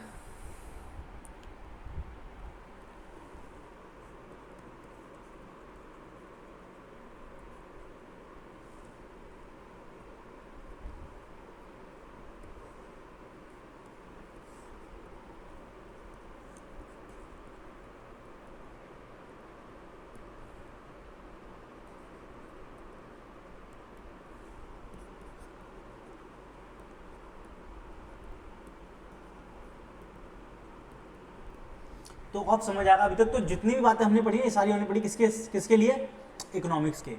लेकिन हमारे सब्जेक्ट का नाम क्या है, बिजनेस इकोनॉमिक्स। तो अब आपको समझ आएगा इकोनॉमिक्स और बिजनेस इकोनॉमिक्स में फ़र्क क्या है, और हमें बिजनेस इकोनॉमिक्स क्यों पढ़ाई जा रही है। ठीक है, अभी तक तो हमने जो जाना जो समझा वो सब किसके लिए था, वो सब इकोनॉमिक्स के लिए था। अब हम आ चुके हैं बिजनेस इकोनॉमिक्स की तरफ, बट उससे पहले हमें ये मतलब समझ आ रहा है कि ये पॉजिटिव है और नॉर्मेटिव है, दोनों में फ़र्क क्या होता है। देखो पॉजिटिव इकोनॉमिक्स जो बात करता है आपकी, तो ये पूछता है हमसे कि भाई पॉजिटिव इकोनॉमिक्स, पॉजिटिव साइंस क्या है। ये बात करता है नॉर्मेटिव साइंस, या नॉर्मेटिव का मतलब क्या होना चाहिए। अरे समझ नहीं आया सर, तो आपने क्वेश्चन ही पूछ लिया। नहीं बेटे क्वेश्चन नहीं, यही तो आंसर है। तो पॉजिटिव साइंस जो होती है वो बात करती है फैक्ट्स पर, कि कोई भी चीज़ क्या है, फैक्ट्स पर, कि भाई ये है। आप इसे क्या कर सकते हैं, क्रॉस चेक कर सकते हैं, वेरीफाई कर सकते हैं, ठीक है। इन पे डिबेट नहीं की जा सकती, क्योंकि भाई ये तो फैक्ट्स है ना कि कोई भी चीज़ क्या है। जैसे कि अगर बोला जाए कि भाई अभी क्या हुआ है देश के अंदर, अभी अभी 2024 में इंडिया ने वर्ल्ड कप जीता है, तो ये झूठ है या सच है? सर ये तो बिल्कुल सच है, फैक्ट है। क्या इस पर कोई डिबेट कर सकता है? नहीं कर सकता, है ना। इंडिया मतलब क्रिकेट वर्ल्ड कप, ठीक है, इंडिया का क्रिकेट वर्ल्ड कप जो हुआ था अभी, तो वो इंडिया ने जीता है, हाँ जी जीता है, वो तो फैक्ट है। क्या ये हम ये बता रहे कि क्या हुआ है, और यहाँ पर अगर बात की जाएगी क्या होना चाहिए। अब तुम कह सकते हो कि अब जो IPL चल रहा है इसमें इस टीम को जीतना चाहिए जी, इसमें उस टीम को जीतना चाहिए जी, ये टीम बहुत अच्छा खेलती है लेकिन जीत नहीं रही है तो इसको जीतना चाहिए जी, ठीक है, ये टीम बहुत डोमिनेट करती है तो इसको जीतना चाहिए। तो आप ये कर सकते हैं। यहाँ पे क्या ओपिनियन है, यहाँ पे क्या ओपिनियन है, यहाँ पे ओपिनियन नहीं है, ठीक है। तो यहाँ पे हम क्या कर रहे हैं, क्रॉस चेक नहीं कर सकते। यहाँ पे हम डिबेट कर सकते हैं, यहाँ पे हम लड़ाई कर सकते हैं कि भाई मेरा पक्ष ये है उसका पक्ष ये है। यहाँ पे हम बता रहे हैं कि क्या होना चाहिए, और होना चाहिए कि तो फिर बहुत अलग अलग ऑप्शन जाएंगे ना भाई, कि घर यहाँ से घर जाने के, आपके स्कूल से लेके घर तक के भी मल्टीपल रास्ते होंगे। तो घर वाले कहते होंगे बेटा इस रास्ते से आना चाहिए, आप कहते हो नहीं मैं तो इस रास्ते से आऊँ, मुझे इस रास्ते से आना चाहिए, मैं इस रास्ते से आता हूँ। तो क्या बात है, ये तो ओपिनियन होगा ना अपना कि भाई किसी को सही लग रहा है किसी को सही लग रहा है, लेकिन जो फैक्ट है वो तो फैक्ट ही रहेगा। 2011 में इंडिया ने वर्ल्ड कप जीता, वो तो फैक्ट है, वो तो एक तरीके से परफेक्ट है, परफेक्ट फैक्ट है। कोई छेड़छाड़ नहीं कर सकते उसमें, कोई लड़ाई नहीं कर सकते उसमें। 2023 में हम इंडिया ऑस्ट्रेलिया से वर्ल्ड कप हार गए थे, वो दर्द तो आज भी खड़ा हूँ, आज भी वही चलता है दिमाग में, अभी सोच लो तो, है ना। तो वही वाली बात है, तो फैक्ट है, उसको कोई लड़ सकता है? नहीं जी हम तो नहीं हारे, हम जीते थे। अरे कितना ही रोल हो गया, क्या भाई हारे थे ना, एक्सेप्ट करो, आगे बढ़ते 2024 में जीते। तो ये वाली बात है, समझ आया। पॉजिटिव और नॉर्मेटिव का मतलब क्या होता है। पॉजिटिव साइंस बात करता है फैक्ट्स पर, और नॉर्मेटिव साइंस बात करता है क्या होना चाहिए। अब आगे चलते हैं, फिर बिजनेस इकोनॉमिक्स किसके बारे में बात कर रहा है यही बताएंगे, लेकिन उससे पहले इसका मतलब और बुक से पढ़ लेते हैं। The positive science explain what it is but not what ought to be. तो ये बात करता है कि क्या है, what is, what it is, कि क्या है भाई जी, ऐसा है ऐसा ही है, ये चीज़ ऐसी है ऐसी नहीं है, बस सीधी बात। ये ओपिनियन नहीं देता, ये जैसे न्यूज़ रिपोर्टर में होते हैं ना, पहले के ज़माने में जो न्यूज़ रिपोर्टर हुआ करते थे वो आकर के न्यूज़ बताते थे कि देश में ये चीज़ हो गई है, बस फैक्ट बता दिया। लेकिन आजकल क्या है, आजकल तो न्यूज़ वाले ही जज बने बैठे हैं, वही न्यूज़ बाद में देंगे, वो पहले जजमेंट बनाएंगे जी भाई ये चीज़ हो गई है, ये ऐसी होनी चाहिए थी, ये गलत है। अरे भाई फैसला तो जज का होगा ना, आप काय को ओपिनियन के बेस पे लड़ रहे हो एक दूसरे के साथ, तो वही चीज़ है। तो पॉजिटिव साइंस बात करता है व्हाट इट इज़, ठीक है। It explain about the things as they are, जी जैसे है वैसे बता दीजिए, ऐसी है। It does not deal with the value judgement, ये वैल्यू जजमेंट पर बात नहीं करता, ये जजमेंट नहीं देता, ठीक है। According to Lionel Robbins economics है पॉजिटिव साइंस। तो लियोनल रॉबिन्स कहता है भाई इकोनॉमिक्स पॉजिटिव साइंस है। तो ध्यान रखना, पॉजिटिव साइंस किसने बोला इकोनॉमिक्स को? लियोनल रॉबिन्स, जिसने स्कैरसिटी वाली डेफिनेशन दी थी, हमें याद है। नॉर्मेटिव साइंस मतलब क्या है? Are normative science explain what ought to be, यानी कि व्हाट ऑट टू बी ना कि क्या होना चाहिए। तो नॉर्मेटिव साइंस किसके ऊपर बात करती है कि क्या होना चाहिए, व्हाट ऑट टू बी, ना कि और क्या है, ठीक है जी। It does relate to value judgement, इसके अंदर वैल्यू जजमेंट होती है, हाँ जी वैल्यू अपनी अपनी वैल्यू, अपना अपना ओपिनियन, अपनी जजमेंट है, हो सकता है। It deals the good and bad, right and wrong, इसमें तो वही रहता है ना, किसी को गुस्से लगा किसी को गुस्से लगा, राइट एंड रॉन्ग वाली बात आ जाएगी इसके अंदर। तो एल्फ्रेड मार्शल ने कहा इकोनॉमिक्स क्या है, नॉर्मेटिव साइंस है। तो to conclude economics is both positive and normative science. तो एट द एंड हम ये कह सकते हैं कि इकोनॉमिक्स जो है पॉजिटिव और नॉर्मेटिव दोनों है, ठीक है, दोनों ही बोल दिया। बट किसने पॉजिटिव और किसने नॉर्मेटिव बोला? पॉजिटिव बोला है किसने? लियोनल रॉबिन्स ने, और नॉर्मेटिव बोला है एल्फ्रेड मार्शल। वेरी गुड, ठीक है, ये चीज हो गई, ओके। चलो एक बार साइंस और आर्ट का मतलब और देख लो, फिर कोई है खास तो मतलब है नहीं इसका, ठीक है। क्या है economics? Science and economics and art. तो साइंस और आर्ट के अंदर क्या होता है कि भाई आर्ट का मतलब उससे होता है कि आपके पास कोई स्पेशल नॉलेज है, कुछ स्किल है, आप उसको परफॉर्म कर रहे हैं, चाहे singing, dancing, acting, painting, teaching, ये सब क्या एक आर्ट फॉर्म ही तो है, और जिसको करता है उसका आर्टिस्ट होता है, सीधी बात है। तो बस ये बताइए कि भाई किसी स्पेशल नॉलेज को एक्वायर करना, जब आप जैसे अकाउंटिंग पढ़ते हो, अकाउंटिंग भी इज एन आर्ट, याद है definition, accounting is an art, तो अकाउंटिंग भी क्या है, आर्ट ही तो है। तो बस जो करता है वो आर्टिस्ट कहलाता है। तो इकोनॉमिक्स भी बोला गया कि ये क्या है, एक आर्ट है, इसके अंदर भी आपको क्या चाहिए, स्पेशल नॉलेज चाहिए भाई साहब, हर कोई नहीं कर सकता, इकोनॉमिक्स बनने के लिए आपको आर्ट चाहिए, ठीक है। ऑब्जर्वेशन करना सर्टेन फैक्ट का, सिस्टमैटिक फैक्ट का, सॉरी ये क्या हो गया, ये रहा ना, आर्ट का मतलब ये रहा, या system of rules and the framework of given and the object of art is to formulate rules to be use as the formation policy, कि हम उसे अगर परफॉर्म कर रहे हैं या बता रहे हैं क्या चीज़ कैसी होनी चाहिए, ठीक है। देख लो साइंस और आर्ट में डिफरेंस क्या है, science is theoretical but it is but art is practical. Art के जब अप्लाई करते हैं आप, देखो सिंगिंग कब आर्ट बनेगी, ये जब आप क्या करेंगे, उसको गाएंगे गाना। डांस कब आर्ट हो जाएगा, आप करेंगे, डांसिंग कर रहे होंगे तभी तो बोला वो भाई क्या मस्त आर्ट है। पेंटिंग जब आप पेंटिंग कर रहे हैं, टीचिंग जब मैं पढ़ा रहा हूँ तभी तो वो आर्ट कहलाएगी, मैं पढ़ा ही रहा हूँ, मैं पढ़ाऊंगा मुझे आता पढ़ाना, अरे ऐसा थोड़ी होता, तो फिर थोड़ी आर्ट कहोगे, वो नॉलेज होगी आपके पास, एक तरीके से आपने नॉलेज एक्वायर कर रखी है। फिर और क्या है, कहाँ गया, मतलब खो गया ये रहा। Science teachers to know and art teachers to do. Science बात करता है कि भाई जानो कि क्या है, और आर्ट कहता है करो, focus on the doing. Economics है science in its methodology and art is in implication. तो इकोनॉमिक्स साइंस और आर्ट दोनों है। इकोनॉमिक साइंस कैसे है, अपने जो मेथड्स हैं, जो हमें टूल्स वगैरह लगाने होते हैं इकोनॉमिक्स को स्टडी करने के लिए, समझने के लिए, वो तो उसके लिए तो नॉलेज चाहिए ना, स्पेशल नॉलेज चाहिए पड़ेगी आपको, तो आपके लिए तो क्या है, मेथड्स आ गए। और साइंस मतलब क्या होता है, कोई चीज़ यूनिवर्सल फैक्ट है, यहाँ मेथड्स को फॉलो किया है, एक्सपेरिमेंट लगाया है, वो साइंस है। तो वो चीज़ हम इको भी कर रहे हैं, लेकिन इको में हम उसे प्रैक्टिकली अप्लाई भी कर रहे हैं पढ़ने के साथ साथ, तो इसलिए ये आर्ट भी है। हैंस इकोनॉमिक्स का both science as well as an art. ठीक है, हाँ जी, परफेक्ट, ठीक है।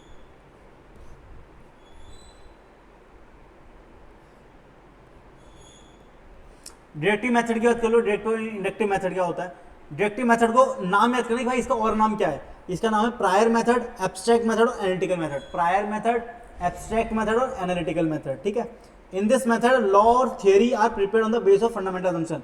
तो ये वो मेथड इसके अंदर जो लॉज बनते हैं, जो थियरीज बनती हैं, वो किसके आधार पर बनती हैं, वो बनती हैं फंडामेंटल असम्पशन के आधार पर। In this method logic proceed from general to particular. इसमें लॉजिक जनरल टू पर्टिकुलर जाता है। ये लॉ ऑफ डीएमयू हो गया, law of equity margin utility, law of converse surplus, सीधी बात है, ठीक है। हाँ, जो क्लासिकल इकोनॉमिक्स थे वो डायरेक्टिव मेथड ही फॉलो करते थे, ध्यान रखना, ये एमसीक्यू पॉइंट बन सकता है। ये क्लासिकल इकोनॉमिक्स किसको फॉलो करते थे, डायरेक्टिव मेथड, इंडक्टिव मेथड। तो डायरेक्टिव मेथड को, इंडक्टिव मेथड का नाम क्या है, हिस्टोरिकल मेथड और स्टैटिस्टिकल मेथड। ये क्या है, ये हिस्टोरिकल है। तो बहुत ही प्यारा क्वेश्चन बन जाएगा, बताओ which of the following is historical method, directive या इंडक्टिव। इंडक्टिव, ठीक है, स्टैटिस्टिकली बोलते हैं इसे। इन दिस मेथड लॉ और theory are prepared on the base of fact और स्टैटिस्टिकल डाटा। यहाँ पे फैक्ट पर बनता है, वहां पर असम्पशन पर होता है। डायरेक्टिव में असम्पशन पर होता है और ये इंडक्टिव में फैक्ट्स पर। In this method logic proceed from particular to general. यहाँ पे हम कहाँ जा रहे हैं, पर्टिकुलर से जनरल की तरफ जा रहे हैं, वहां से जनरल से पर्टिकुलर की तरफ आ रहे थे। बस law will portion, law of return to scale, ये सब चीज़ें हो, ये पढ़ेंगे भी आगे चल के। ये सब हमारे प्रोडक्शन वाले चैप्टर के अंदर की बातें हैं, डिमांड और प्रोडक्शन के अंदर की बातें, यूटिलिटी के अंदर की बातें, वहाँ डिटेल में अच्छे से समझ आएगा, ठीक है। हाँ, मॉडर्न जो इकोनॉमिस्ट है वो फॉलो करते हैं इंडक्टिव मेथड। पुराने जो क्लासिकल थे वो डायरेक्टिव मेथड फॉलो करते थे। हाँ जी, अब आती है central problem of all economies. तो कुछ सेंट्रल प्रॉब्लम है, what to produce, how to produce and for whom to produce, ठीक है। तो ये कुछ 3 प्रॉब्लम्स होती है हमारी, what to produce, how to produce and for whom to produce. What to produce का मतलब क्या होता है कि भाई हमने एक चीज देखी थी कि हमारे पास रिसोर्स कैसे है, लिमिटेड है, तो उन कम संसाधनों का यूज करके क्या बनाएं और कितना बनाएं। मतलब मैं देश में गन्स ज्यादा बनाऊं या फिर बटर ज्यादा बनाऊं, ब्रेड ज्यादा बनाऊं या मशीन ज्यादा बनाऊं, तो और कितना बनाऊं। अगर गन्स बनाऊं तो कितनी बनाऊं, ब्रेड बनाऊं तो कितना यूनिट्स बनाऊं। तो ये पता लगाना बहुत मुश्किल है, और ये क्या है, एक तरीके की समस्या है देश के अंदर, क्योंकि हमारे पास संसाधन लिमिटेड। ऐसा नहीं है कि भाई कितनी मर्जी ब्रेड और कितनी मर्जी गन्स बना लो, ऐसा नहीं कर सकते, क्योंकि ऐसा करेंगे तो हमारे रिसोर्स क्या हो जाएंगे, वेस्ट हो जाएंगे। क्या पता उसी की जरूरत ही ना पड़े, हमारे पास ऐसे लोग ही ना हो जो गन्स ज्यादा यूज करके ब्रेड ज्यादा खाएं। तो ये एक तरीका है, एक सेंट्रल प्रॉब्लम कहते हैं इसे, और क्या कह सकते हो आप इसे, इकोनॉमिक प्रॉब्लम भी कहते हैं। ठीक है, तो व्हाट टू प्रोड्यूस के अंदर ये देखना होता है कि क्या और कितना। तो क्वेश्चन आता है कि व्हाट टू प्रोड्यूस के अंदर क्या क्या आता है, क्या और कितना। हाउ टू प्रोड्यूस की कैसे, क्योंकि किसी भी चीज़ को बनाने के लिए, मतलब किसी भी चीज़ मतलब कि कोई भी आइटम को बनाने के लिए दो मेथड हो सकते हैं ना, लेबर इंटेंसिव और कैपिटल इंटेंसिव। और हमारे इंडिया देश में तो अनएम्प्लॉयमेंट इतनी ज़्यादा है इस समय, तो लेबर इंटेंसिव टेक्निक भी अच्छे से फॉलो की जा सकती है। बट शर्त यह है कि कैसे सॉल्यूशन निकालेंगे कि क्या फॉलो करना है, लेबर या कैपिटल। तो सिंपल सी बात है, जिसमें कॉस्ट कम आएगी उसको फॉलो करेंगे, सिंपल। फिर फॉर होम टू प्रोड्यूस किसके लिए बनाए भाई साहब, अमीरों के लिए बनाए, गरीबों के लिए बनाए, महिलाओं के लिए सामान बनाए, पुरुषों के लिए बनाए, बच्चों के लिए बनाए, अडल्ट के लिए बनाए, बुजुर्गों के लिए बनाए, तो ये भी देखना पड़ेगा तो किसके लिए बनाए। ठीक है, फॉर होम टू प्रोड्यूस, देखो पढ़ो फटाफट से। Economy should produce something on the base of the requirement of the society, की भाई सोसाइटी की रिक्वायरमेंट क्या है। Further the present is given importance the resource are diverted for the production of consumer goods, the future is given importance the resource are divert. तो अगर लगता है कि भाई अभी कंज्यूमर गुड्स की आवश्यकता है, तो अपने जो रिसोर्स है कैपिटल गुड्स से निकाल करके ह्यूमन गुड्स पे लगा दो। ठीक है, और बाद में अगर जरूरत पड़ेगी कैपिटल गुड्स की, तो यहाँ से निकाल के डाइवर्ट कर देंगे कहाँ पे, कैपिटल गुड्स पे। और हाउ टू प्रोड्यूस, देखो लेबर इंटेंसिव या कैपिटल इंटेंसिव टेक्निक। ठीक है, यानी कि मशीन के जरिए, इक्विपमेंट के जरिए होता है कैपिटल। ठीक है, for whom to produce government policy determine what are the commodities to be produce and for whom, यानी कि किसके लिए बनाए। One can make a conjecture from the pattern of production of country if the government decide to produce more ordinary bus than the luxury car। अगर सरकार कहेगी, सरकार ने अपने हाथ में पावर ले ली कि भाई हम बताएंगे क्या बनाना है, कितना बनाना है, ये किसके लिए बनाना है, तो सरकार क्या कहेगी, कारें कम बनाओ, बस ज़्यादा बनाओ, क्योंकि देश में कार यूज़ करने वाले लोग कम हैं, बस यूज़ करने वाले एक मिडिल क्लास और गरीब जनता ज़्यादा है। तो सरकार क्या चाहती है, जनता का भला, तो ज़्यादा से ज़्यादा क्या बनाओ, बसेस बनाओ। ठीक है, बस ये है कि भाई किसके लिए बनाना, अमीर के लिए या गरीब के लिए, सिंपल सी बात है, महिलाओं के लिए, पुरुष के लिए, बच्चों के लिए, बूढ़ों के लिए। तो ये फैसला लिया जाता है फॉर होम प्रोड्यूस के अंदर। तो आपकी यूनिट आती है 1.2। ठीक है, तो ये सब चीज़ें हैं, आई होप समझ आया होगा आपको। तो एक काम करते हैं, इस लेक्चर को यहीं रखते हैं, और बाकी हमारी एक यूनिट खत्म हो गई, 1.1 वाला पोर्शन खत्म हो गया पूरा का पूरा, बेसिक वाला। अब आगे बढ़ेंगे और नेक्स्ट यूनिट पढ़ेंगे, क्योंकि 3 इंपॉर्टेंट बड़ी बड़ी यूनिट्स हैं, उनके अंदर सब यूनिट्स भी हैं। तो ये है, तो पहले इतना पढ़ो अच्छे से, जो हमने 1 घंटे में कर लिया। तुम अकेले में पूरा पढ़ते ऑब्वियसली इससे ज़्यादा ही समय लगता, और इतना शायद अच्छे से बहुत सी चीज़ें आपको ऐसी जानने को मिली होंगी जो शायद आपने पढ़ी नहीं पढ़ी, आप भूल गए होंगे, तो आपका रिवाइज हो गया होगा। तो मिलते हैं अगले लेक्चर में, तब तक के लिए बहुत बहुत धन्यवाद। और आपको कैसा लगा, आपको समझ आया, आप कमेंट में ज़रूर बताइएगा, और जो क्वेश्चन पूछे उसके आंसर ज़रूर दीजिएगा। ठीक है, मैं मिलता हूँ आपसे नेक्स्ट लेक्चर में, तब तक के लिए बहुत बहुत धन्यवाद। Bye bye, take care.